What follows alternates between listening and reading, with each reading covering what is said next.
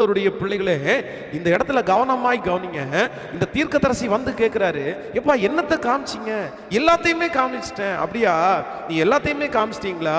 ஒரு நாள் வரும், அவன் என்ன பண்ணுவான் தெரியுமா? பார்த்துட்டு போயிருக்கான்ல, பார்த்துட்டு போனதை மொத்தத்தையும் அவன் ஒரு நாள் எடுத்துட்டு போயிடுவான். நான் என்ன நம்புறேன் அப்படின்னா, ஆண்டவர் சில நேரங்களிலே நமக்கு கொடுக்கிற ஆசீர்வாதம், சில நேரத்திலே நமக்கு கொடுக்கிற உயர்வு, நம்ம தாரத்தம்பட்டம் அடிச்சு சொல்றதற்கு இல்ல, ஆட்களை கூப்பிட்டு கூப்பிட்டு கூப்பிட்டு கூவி கூவி எனக்கு இந்த மாதிரி கிடைச்சிருச்சு, எனக்கு இந்த மாதிரி கிடைச்சிருச்சுன்னு சொல்றதற்காக அல்ல, எனக்கு இவ்வளவு இருக்குது, இத்தனை லட்சம் இருக்கு, இத்தனை கோடி இருக்கு அப்படின்னு நம்ம சொல்றதற்காக அல்ல. ஆண்டவர் உங்களுக்கு கொடுத்திருக்கிற ஆசீர்வாதம் அது உங்களுக்கும் ஆண்டவருக்கும் தெரிகிறதற்காக மட்டுமே சில ஆசீர்வாதத்தை கர்த்தர் கொடுத்திருப்பார். நீ யார்கிட்டையும் சொல்ல வேணாப்பா. அந்த ஆசீர்வாதத்தை சொல்லி எனக்கு நீ நன்றி சொல்லு. அந்த ஆசீர்வாதத்திற்காக ஆண்டவரை மகிமைப்படுத்து. டேடி, நான் ஒன்றும் இல்லாமல் இருந்தேன், இந்த ஆசீர்வாதத்தை எனக்கு தந்ததற்காக உமக்கு நன்றி என்று சொல்லி ஆண்டவரிடத்துல நீங்க சொல்லி நன்றி சொல்லுங்கள். ஆனா நீங்க ஊர்ல இருக்கிறவங்க, நீங்க சொந்தக்காரர்கள், நண்பர்கள், அவர்களுக்கு சொல்லும்படியாக அல்லவே அல்ல. அப்படி ஒருவேளை அப்படி எல்லாருக்கும் நீங்கள் சொல்லுவீர்களே ஆனால் வெகு சீக்கிரத்தில் பெரிய பெரிய நஷ்டங்களை கூட நம்ம பார்க்கிறதற்கு நேரிடும். ரொம்ப கவனமா இருக்கணும். இது மட்டும் இல்லை, இந்த வார்த்தையை மட்டும் இல்லை, இன்னும் வேதத்திலிருந்து ஒரு காரியத்தை கூட உங்களுக்கு நான் சொல்ல போகிறேன். நீங்கள் நியாயாதிபதிகளின் புஸ்தகத்தை நீங்கள் எடுப்பீர்களே ஆனால், நியாயாதிபதிகள் 16ஆம் அதிகாரத்தில் 6வது வசனத்தை வாசிப்பீர்களே ஆனால், அப்படியே தெளிலாள் சிம்சோனை பார்த்து, உன் மகாபலம் எதனாலே உண்டாயிருக்கிறது? உன்னை சிறுமைப்படுத்த உன்னை எதனாலே கட்டலாம் என்று நீ எனக்கு சொல்ல வேண்டும் என்றாள். அதற்கு சிம்சோன், உலராத பச்சையான 7 அகனிரார் கயிறுகளினாலே என்னை கட்டினால் நான் பலட்சியமாகி மற்ற மனுஷர்களைப் போல ஆவேன் என்றார். நன்றாய் கவனிங்கள். இந்த இடத்துல ரொம்ப கவனமா ஆண்டவருடைய பிள்ளை கவனிக்கணும். ஒரு மனுஷன், ஒரு உலகத்துல இருக்கிற மனுஷன், இல்லைன்னா உங்களுடைய நண்பர்கள், உங்க சொந்தக்காரங்க சில நேரத்துல உங்களிடத்திலே பேசுறது எதுக்காக பேசுவாங்க அப்படின்னா, உங்கள்கிட்ட என்ன இருக்குன்றத பார்க்கறதற்கு சில நேரத்தில் அவங்க நோண்டி நோண்டி கேட்டுட்டே இருப்பாங்க.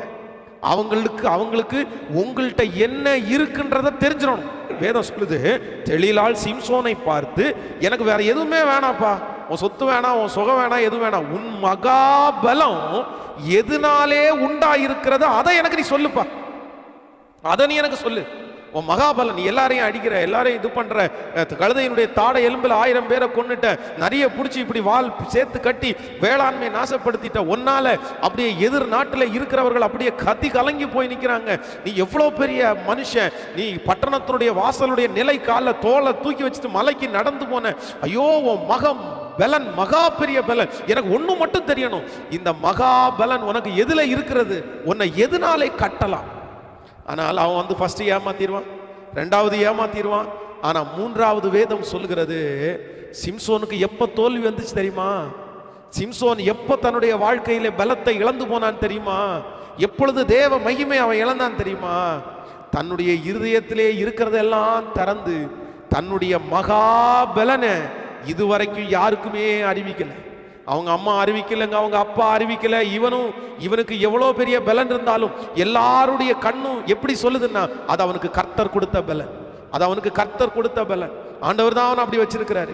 ஆண்டவருடைய பிரசன்னம் இறங்கும் போது அவன் அப்படி ஆயிடுவான் அப்படின்னு சொன்ன அந்த எல்லாரும் அப்படி சொன்னாங்க. ஆனா இந்த தெளிலாளிடத்திலே தன்னுடைய இருதயத்தில் இருக்கிறதையெல்லாம் திறந்து தன்னுடைய மகா பலம் எதிலே இருக்கிறது என்கிறதை, தன்னுடைய ஆசீர்வாதத்தை திறந்து சொன்ன அடுத்த நிமிஷத்துல வேதம் சொல்லுது, அந்த ஆசீர்வாதத்தின் மேலதான் தெளிலால் கையை வைக்க நினைக்கிறான், அதன் மேலதான் கையை வரைக்க நினைக்கிறான். இல்ல, நான் விட மாட்டேன். அதற்கு பிறகு சிம்சோனுடைய வாழ்க்கையை குறித்து உங்களுக்கு எல்லாருக்கும் தெரியும். தன்னுடைய ஆசீர்வாதத்தை, தன்னுடைய பலத்தை இதிலால் தான் தெரிஞ்ச உடனே அவனை சிறுமைப்படுத்தி அவனுடைய தலைமயிரை எல்லாம் அவனை விட்டு எடுத்து போட்டு, வேதம் சொல்லுகிறது, அவனுடைய கண்களை பிடுங்கி அவனை மாவரைக்கிறதற்காய் கொண்டு போய் உட்கார வச்சாங்க. அவனை வேடிக்கை பொருளாய் கொண்டு போய் வச்சாங்க. எல்லாத்தையும் இழந்தான். காரணம் என்ன அப்படின்னா, சிலதை ஆண்டவர் மறைக்க சொல்லி நம்மிடத்துல வச்சிருக்கிறார். நீ யாரிடத்திலும் சொல்ல வேணாம்ப்பா, நீ யாரிடத்திலும் சொல்ல வேண்டாம்.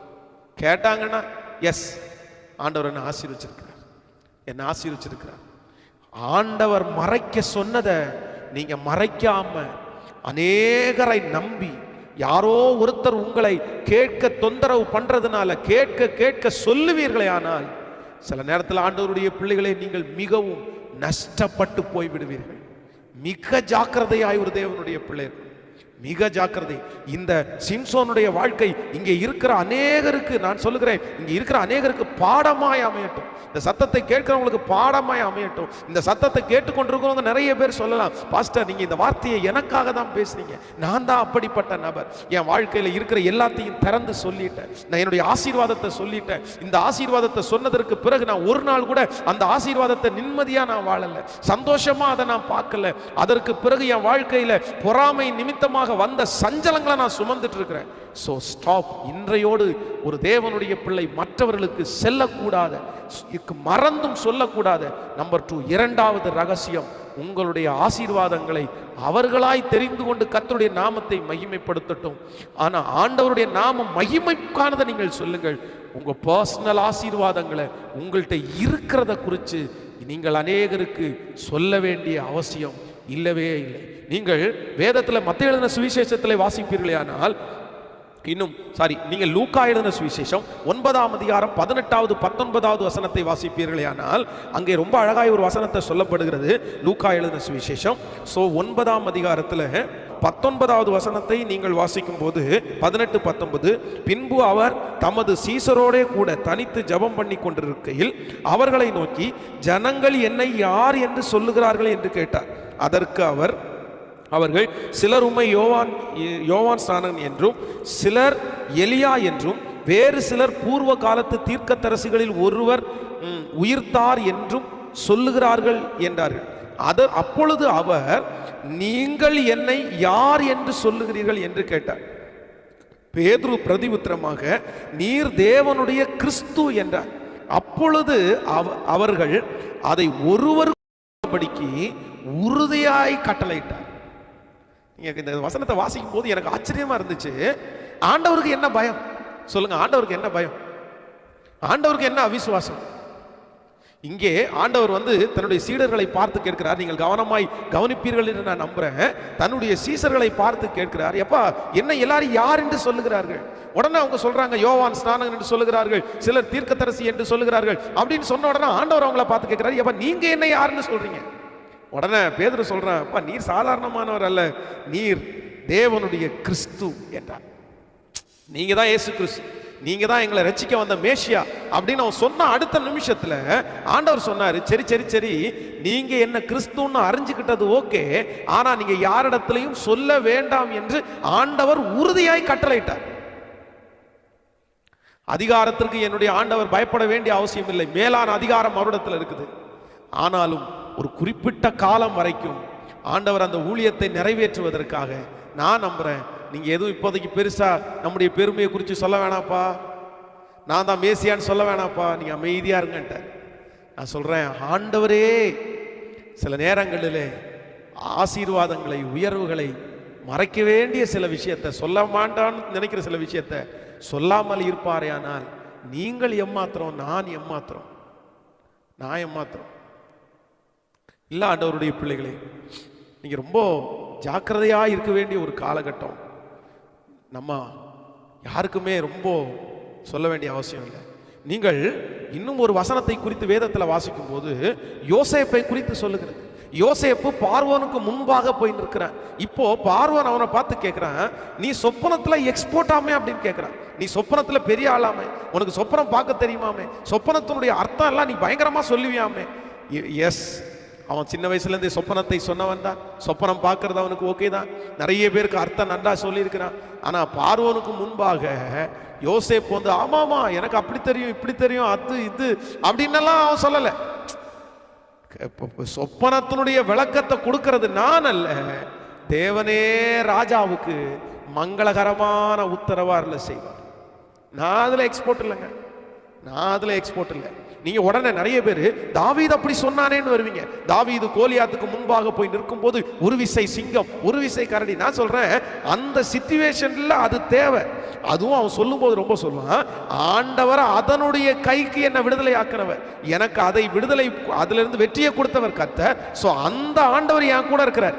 கர்த்தருடைய நாமத்தை மகிமைப்படுத்தி தன்னுடைய பலத்தை சொல்லக்கூடிய ஒரு சூழ்நிலைக்கு தான் சொல்றானே தவிர யாரிடத்திலும் தாவீது போய் நான் சிங்கத்தை கொன்ன பாத்தியா, நான் கரடிய, அது தன்னுடைய சகோதரர்களுக்கும் தன்னுடைய தகப்பனாருக்கும் தாய்க்கு கூட அவன் சொல்லாம மறைச்சு வச்சிருக்கிறான். தனக்குள்ள இப்படிப்பட்ட ஒரு பலன் இருக்குது அப்படின்னு தன் சகோதரர்களுக்கு தெரியாது. சகோதரர்கள் அத்தனை பேர் அவனிடத்துல வந்து என்ன சொல்றாங்க தெரியுமா, உன் இருதயத்தின் அகங்காரத்தை நாங்கள் அறிவோம், அந்த கொஞ்சம் ஆடுகளை யார் வசத்தில் விட்டாய், நீ சின்ன பையன் உனக்கு என்னடா தெரியும் அப்படின்னு தான் கேட்டாங்களே தவிர எப்பா சிங்கத்தை கொண்டோம்ப்பா கரடியை கொண்டோம்ப்பா அப்படின்ற வார்த்தையை சொல்ல. ஏன் அப்படின்னா தாவீது தனக்குள்ளே இருக்கிற பலத்தை தனக்குள்ளே இருக்கிற ஆசீர்வாதத்தை யாருக்குமே காமிக்கவே இல்லை. நான் காமிக்க வேணாப்பா, நான் யாருக்கும் சொல்ல வேணாப்பா, ஒரு காலத்துல ஆண்டவரே உங்களுக்கு முன்னாடி நான் எவ்வளவு பெரிய பலசாலி, எனக்குள்ள கர்த்தர் இருக்கிறார் அப்படின்றத காமிச்சிருந்தேன். அதான் சொல்லுவாங்க, நிறைகுடம் ஒரு நாளும் தழும்பவே தழும்பாது. தன்னை குறித்து ரொம்ப பெருமையா பேசிட்டு இருக்கிறவங்க யாருமே தான் வாழ்க்கையில வந்து அவங்க பெருமையா பேசுற அளவுக்கு இல்லைன்னு தான் நான் நினைப்பேன். எனக்கு அப்படி தெரியும், எனக்கு இதை தெரியும், அதை தெரியும், இதை பண்ண தெரியும், நான் அப்படி ஓட்டுவேன் இப்படி ஓட்டுவேன், இதை பண்ணுவேன் அதை பண்ணுவேன், நான் அதுல எக்ஸ்போர்ட். நான் சொல்றேன், அப்படி சொன்னவங்க யாருமே வாழ்க்கையில பெரிய வெற்றி அடைஞ்சதை நான் பார்க்கவே இல்லைங்க. ஆனா பெரிய வெற்றி அடைஞ்ச நிறைய பேரிடத்துல நான் பார்த்த ஒண்ணே ஒன்று, அவங்க சொல்றது ஒண்ணு, அப்படிலாம் இல்லைங்க, என்னோட பெருசா வாசிக்கிறவங்க நிறைய பேர் இருக்காங்க, என்னோட பெருசா பாடுறவங்க நிறைய பேர் இருக்காங்க, என்னோட பெருசா சம்பாதிக்கிறவங்க நிறைய பேர் இருக்காங்க. அவங்க ஒரு படி தன்னை எப்பொழுதும் குறைவாய் தான் சொல்லுவார்களே தவிர பெருமையாய் பேசுகிற நபர்களை நான் பார்த்தது ரொம்ப குறைவு. ஸோ இந்த சத்தத்தை கேட்கிற அன்பு தேவனுடைய பிள்ளையே, நீங்க புகழ வேண்டாம், நீங்க சொல்ல வேண்டாம், ஆண்டவர் உங்களை புகழ வைப்பார். அந்த நாவுகள் உங்களை சொல்லும். நீங்க உங்களை குறித்து எதுவுமே பேச வேண்டாம், நீங்க உங்களை குறித்து பெருமையா எந்த இடத்துலையும் சொல்ல வேண்டாம், உங்களுக்கு இருக்கிறது வெயிட் இப்படி கொடுத்தாருன்னு சொல்ல வேண்டாம். ஆண்டவரே ஒரு நாள் சொல்ல வைக்கிற வரைக்கும் நீங்கள் காத்திருங்கள். ஹல்லேலூயா. நான் இன்னைக்கு ஒரு 3 காரியத்தை உங்களோடு சொல்லி, ஒரு தேவனுடைய பிள்ளை நீங்கள் இந்த உங்களுக்கு இருக்கிற ஆசீர்வாதத்தை மற்றவர்களுக்கு சொல்லுகிறதுனால உங்களுக்கு வருகிற 3 வித தீமைகளை குறித்து உங்களோடு சொல்லி உங்களுக்காக நான் ஜெபித்து முடிக்க போகிறேன். நீங்கள் கவனமாய் கவனிங்கள். இந்த சத்தியம் நிறைய பேருக்கு தேவைப்படுகிற சத்தியம் என்று நான் திரும்பவும் நம்புறேன். நிறைய நண்பர்களுக்கு இந்த சத்தியத்தை கண்டிப்பா நீங்க போய் சேருங்க, கொண்டு சேருங்க. அவர்களுக்கு ஷேர் பண்றது உங்களுக்கு ஆசீர்வாதமாக இருக்கும்னு நான் நம்புறேன். கவனிங்க, ஒரு தேவனுடைய பிள்ளை தன்னுடைய வாழ்க்கையில நீங்கள் யாருக்கும் சொல்லக்கூடாத 2வது ரகசியம் என்னன்னா, உங்கள்கிட்ட எவ்வளவு இருக்கு, உங்கள்கிட்ட எவ்வளவு பிளஸிங் இருக்குன்னு யாருக்குமே நீங்க சொல்ல வேண்டியதில்லை. சோ அப்படி நீங்கள் வந்து அந்த ஆசீர்வாதத்தை சொல்லுவீர்களே ஆனால் உங்களுக்கு ஏற்படக்கூடிய நஷ்டத்தை குறித்து நீங்கள் வாசிக்கும் போது நம்பர் 1, முதலாவதாக ஒன்று தெரிந்து கொள்ளுங்கள், உங்களுடைய ஆசீர்வாதங்களை நீங்கள் மற்றவர்களுக்கு சொல்லும் போது உங்கள் மேலே இருக்கிற எதிர்பார்ப்பு ஜனங்களுக்கு அதிகமாகும். உங்க மேலே இருக்கிற எதிர்பார்ப்பு அதிகமாகும். இப்போ பொதுவாக ஒன்று சொல்கிறேன், நீங்கள் யாராவது ஒருத்தர் ஒரு நபரிடத்துல சொல்கிறீங்கன்னு வைங்களேன், எனக்கு இந்த மாதிரி ஒரு 50 லட்சம் ரூபாய் என் கையில் இருக்குது, இந்த மாதிரி நான் வச்சுருக்கிறேன், பத்திரமா வச்சுருக்கிறேன், கடவுள் எனக்கு கொடுத்தாரு, 50 லட்சம் ரூபாய் இருக்குது அப்படின்னு சொல்லிட்டீங்கன்னு வைங்களேன். யாரோ ஒரு நபர்கிட்ட சொல்லிட்டீங்க. இப்போது நீங்கள் சொன்ன நபருக்கு வந்து அந்த 50 லட்சம் ரூபாய் வந்து ஒரு அதில் ஒரு 5 லட்சம் ரூபாய் தேவைன்னு வச்சுக்கோங்களேன். நான் சொல்கிறேன், உதவி செய்கிறது தவறல்ல, மற்றவர்களுக்கு நம்ம உதவி செய்ய வேண்டும், நம்ம கடன் கொடுக்கணும்னு ஆண்டவர் சொல்லியிருக்கிறாரு, எக்ஸட்ரா. இதெல்லாமே அந்த 50 லட்சம் உங்களுக்கு வேற தேவை கூட இருக்கலாம், எல்லாம் ஓகே. இப்போ அந்த நபர் வந்து உங்களிடத்துல ஒரு 5 லட்சம் ரூபாய் கேட்குறார். நீங்க இந்த 50 லட்சத்தை ஒரு இடத்துல கொடுத்தாதான் உங்களுக்கு ஒரு அடுத்த ஆசீர்வாதம் உங்களுக்கு கிடைக்கும், அடுத்த படி நீங்க மேலே போக முடியும், அது உங்களுக்கு தேவை. இப்போ 5 லட்சம் கேட்குற நபருக்கு நீங்க சொல்லுங்க, ஐயோ பிரதர் அந்த பணம் இல்லை பிரதர், நம்ம கொடுக்க முடியாது பிரதர் அப்படின்னு சொல்லும்போது நிறைய பேர் என்ன பண்ணுவாங்க அப்படின்னா, சே வச்சுட்டு கூட தரமாட்டேங்கிறாரு, வச்சுட்டு கூட இவர் கொடுக்க மாட்டேங்கிறாரு. உங்க மேல இருக்கிற எதிர்பார்ப்பு நிறைய பேருக்கு அதிகமாகும். ஒன்று நினைத்து கொள்ளுங்கள், என் வாழ்க்கையில வந்து என்னை ரொம்ப வந்து ஒரு நாள்ல உடைச்ச ஒரு சம்பவம் என்ன அப்படின்னா, நான் வந்து ஒரு நாள் ஒரு பெரிய தேவையோட, ரொம்ப கஷ்டமான ஒரு சூழ்நிலை, எனக்கு அன்றைக்கு ஒரு பெரிய தேவை இருக்குது. அந்த தேவைக்காக நான் வந்து சர்ச்சில் உட்காந்து அழுது ஜெபம் பண்றேன். ஏசப்பா எப்படியாவது நீங்க எனக்கு அந்த காரியத்தை செஞ்சிட்டீங்கன்னா நல்லா இருக்கும் ஆண்டவரே அப்படின்னு சொல்லி அழுது ஜெபம் பண்ணி ரோட்ல நடந்துட்டு இருக்கிறேன். நடந்து போயிட்டு இருக்கும்போது ஒரு ஒரு ஒரு நபர் என்னிடத்துல வந்து கேட்குறாரு, என்னிடத்துல வந்து கொஞ்சம் பணம் கேட்குறாரு. அப்போ அந்த பணத்தை கேட்கும்போது நான் சொன்னேன், பிரதர் இப்பொழுது நானே ரொம்ப ஒரு ஒரு கஷ்டமான ஒரு சுச்சுவேஷனுக்குள்ளே நான் போயிட்டுருக்கிறேன். ஆனால் ஆண்டவர் தான் என்ன நடத்துகிறாரு, எனக்கு குறைவெல்லாம் இல்லை, ஆனால் ஒரு பெரிய தேவை எனக்கு இருக்குது, நானும் இப்போ ஜெபம் பண்ணிட்டு வந்துட்டுருக்கிறேன் அப்படின்னு சொல்லும்போது அவருடைய முகமே மாற்றப்பட்டு அடுத்த வார்த்தை என்ன சொன்னார் தெரியுமா? கொடுக்கறதுக்கு மனசு இல்லைன்னா இல்லைன்னு சொல்லுங்க ஃபாதர், கொடுக்கறதுக்கு மனசு இல்லைன்னா இல்லைன்னு சொல்லுங்க. அதுக்கு ஏன் இப்படி நீங்க சொல்றீங்க?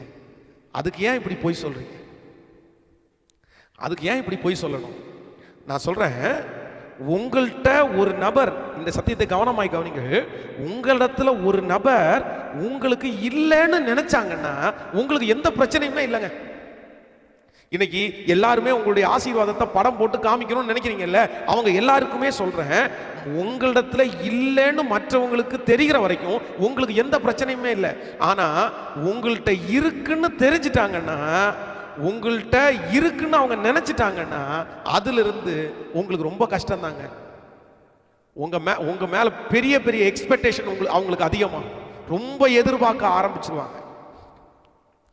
அதனால ஒரு தேவனுடைய பிள்ளையினுடைய வாழ்க்கையில் அதுல ரொம்ப கவனமா இருக்கணும், ரொம்ப கவனமா இருக்கணும். அவங்க, நான் சொல்றேன், உங்களை வந்து கஷ்டப்பட்டவங்கன்னு நினைக்கட்டும், உங்கள்கிட்ட ஒன்றும் இல்லைன்னு நினைக்கட்டும், நீங்க ஜெயிச்சிட்டீங்க. ஆனா உங்கள்கிட்ட இருக்குன்னு நினைச்சு உங்கள்கிட்ட இல்லாம இருக்கும் பாருங்க, அந்த வலியை யாராலும் தாங்கிக்க முடியாது. அன்னைக்கு உண்மையிலே ஆண்டவருடைய பிள்ளைகளே, என் தேவைக்காக நான் வந்து உடைஞ்சு போகல, என் தேவைக்காக உடையல, ஆனா எதுக்காக உடைஞ்சு போனேன் தெரியுமா? இவங்க சொன்னதுக்காக உடைஞ்சு போனேன்.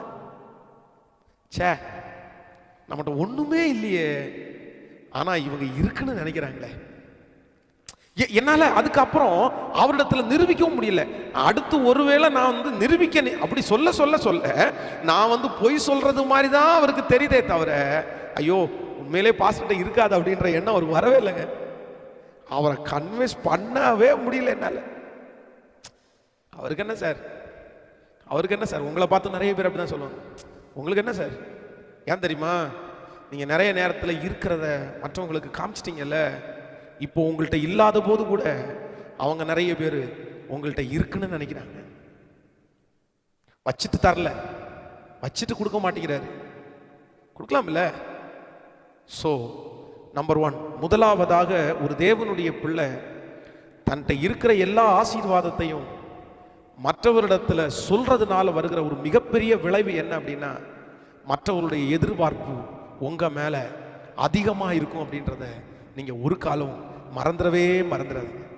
ஒரு நாள் ஆண்டவருடைய பிள்ளைங்க மறந்துடாதீங்க உங்க மேல இருக்கிற எதிர்பார்ப்புகள். அது நம்பர் 2. இரண்டாவதாக ஒரு தேவனுடைய பிள்ளை தன்கிட்ட இருக்கிற ஆசீர்வாதத்தை, தன்கிட்ட இருக்கிற காரியத்தை வெளியரங்கமாய் வெளிப்படையாய் மனிதர்களுக்கு எல்லாத்தையுமே சொல்லுகிறதுனால வருகிற இரண்டாவது ஆபத்து என்ன அப்படின்னா, உங்க மேல மற்றவர்கள் ஒரு தவறான எண்ணத்தை வைத்து விடுவார்கள்.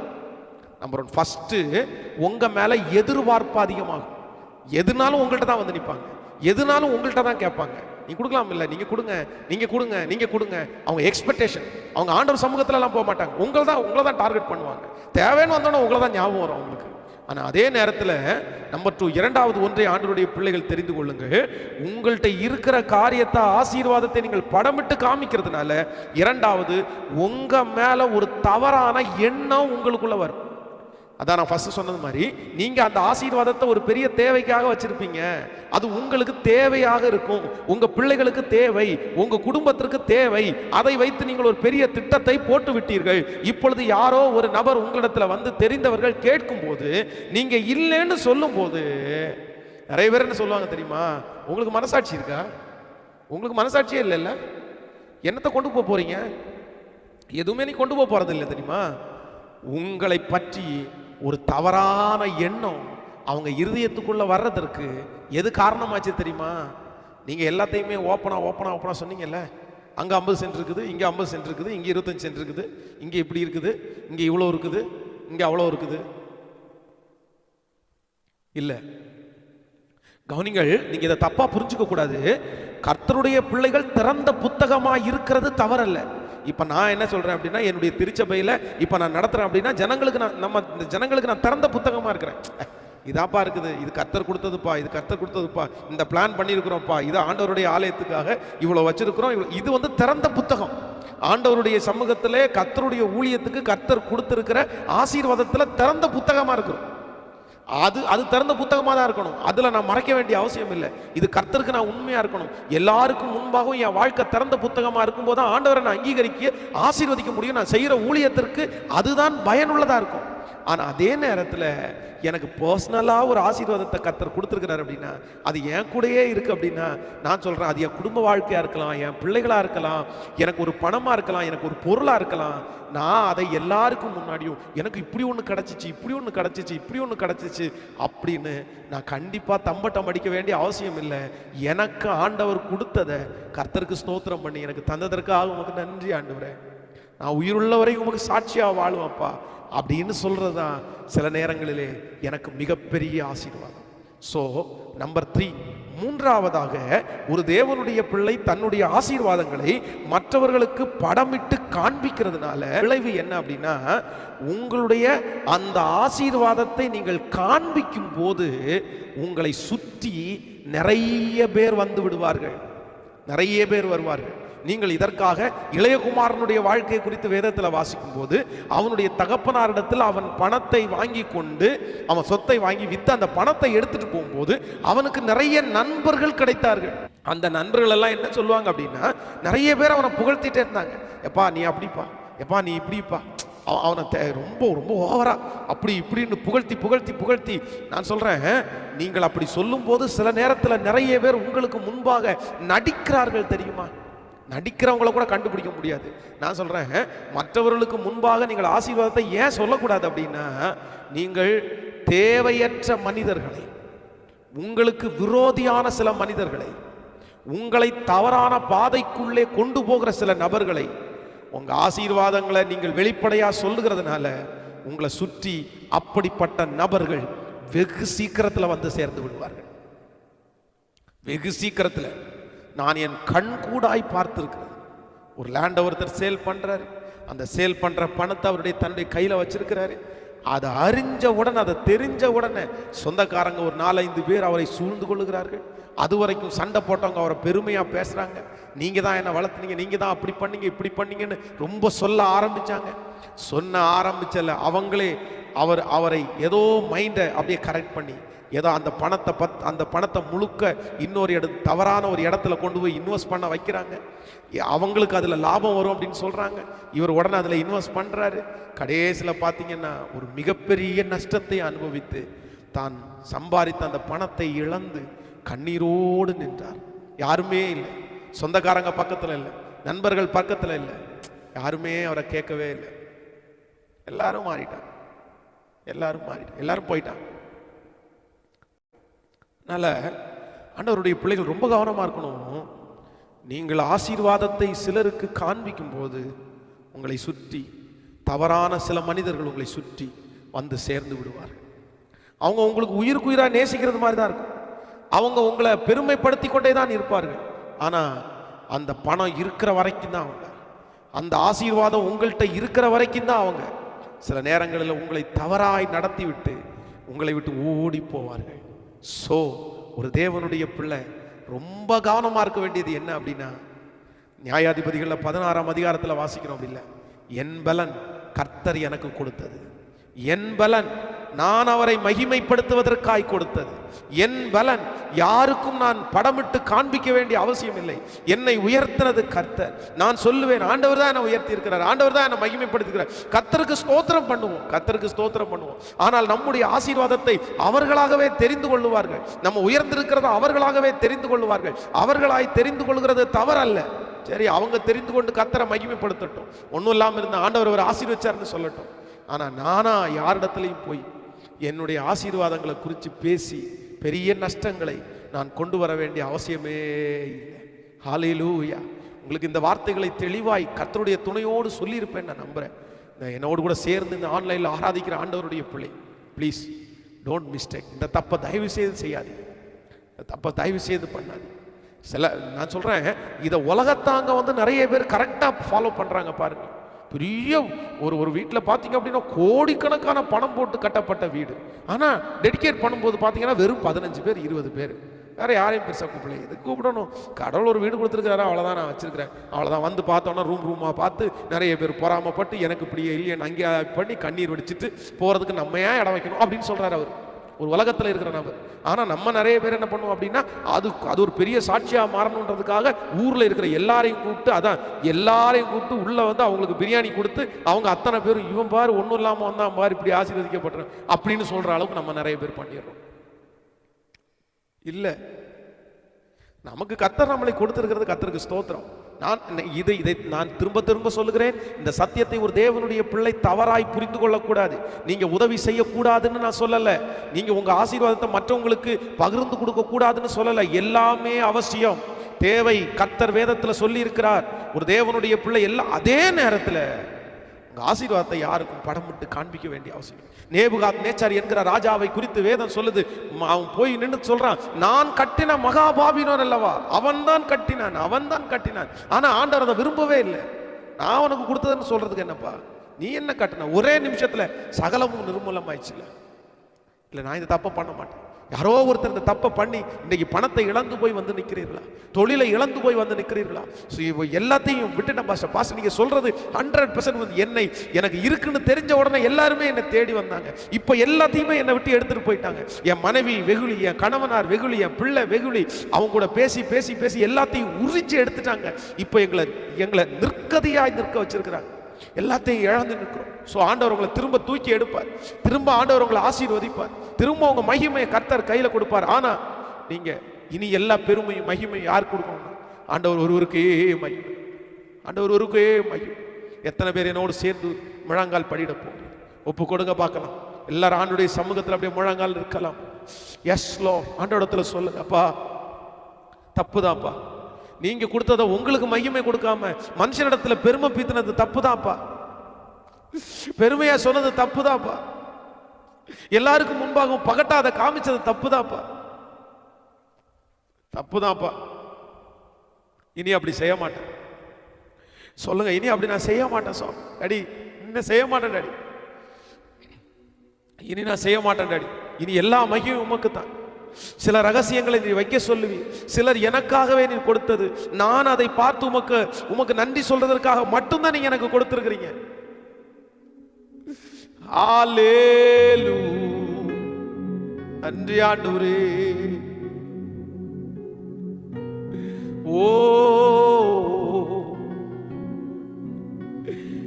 ஓ ஹல்லேலூயா.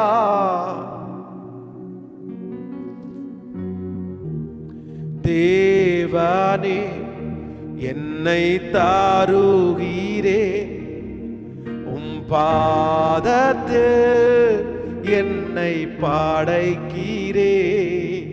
சொல்லுவோம், தேவனே என்னை தாருகிறே, உம் பாதத்தில் என்னை படைக்கிறே. யாவையும் நீ தந்ததா, உம்மிடம் திரும்ப தருகிறே.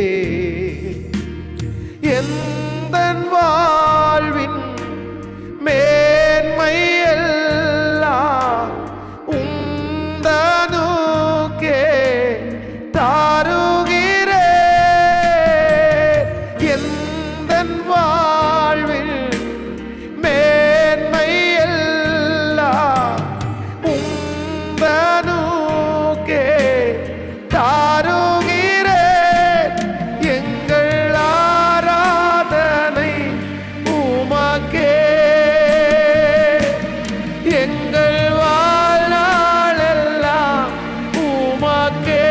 எங்கள் ஆராதனை, எங்கள் ஆராதனை உமக்கே.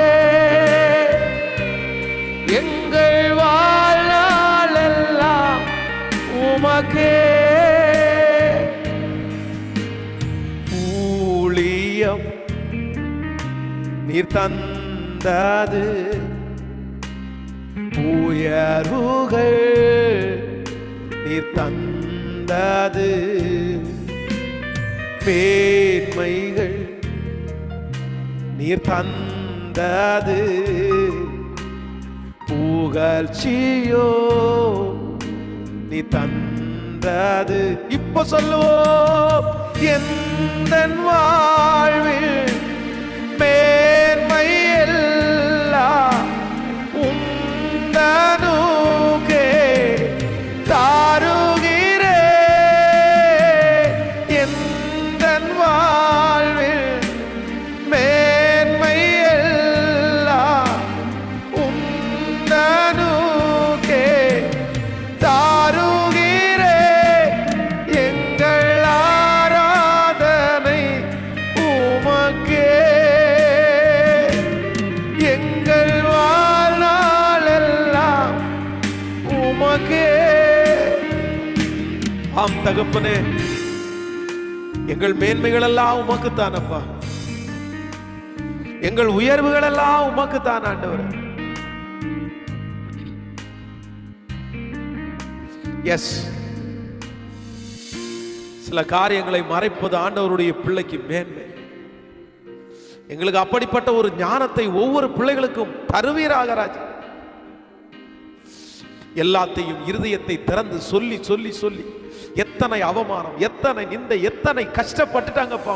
போதும்பா ராஜா, மறைக்க வேண்டிய காரியத்தை மறைக்கக்கூடிய கிருபை தாங்கப்பா. அப்படிப்பட்ட ஒரு கண்ட்ரோல் பவர் உங்க பிள்ளைகளுக்கு தாங்கப்பா.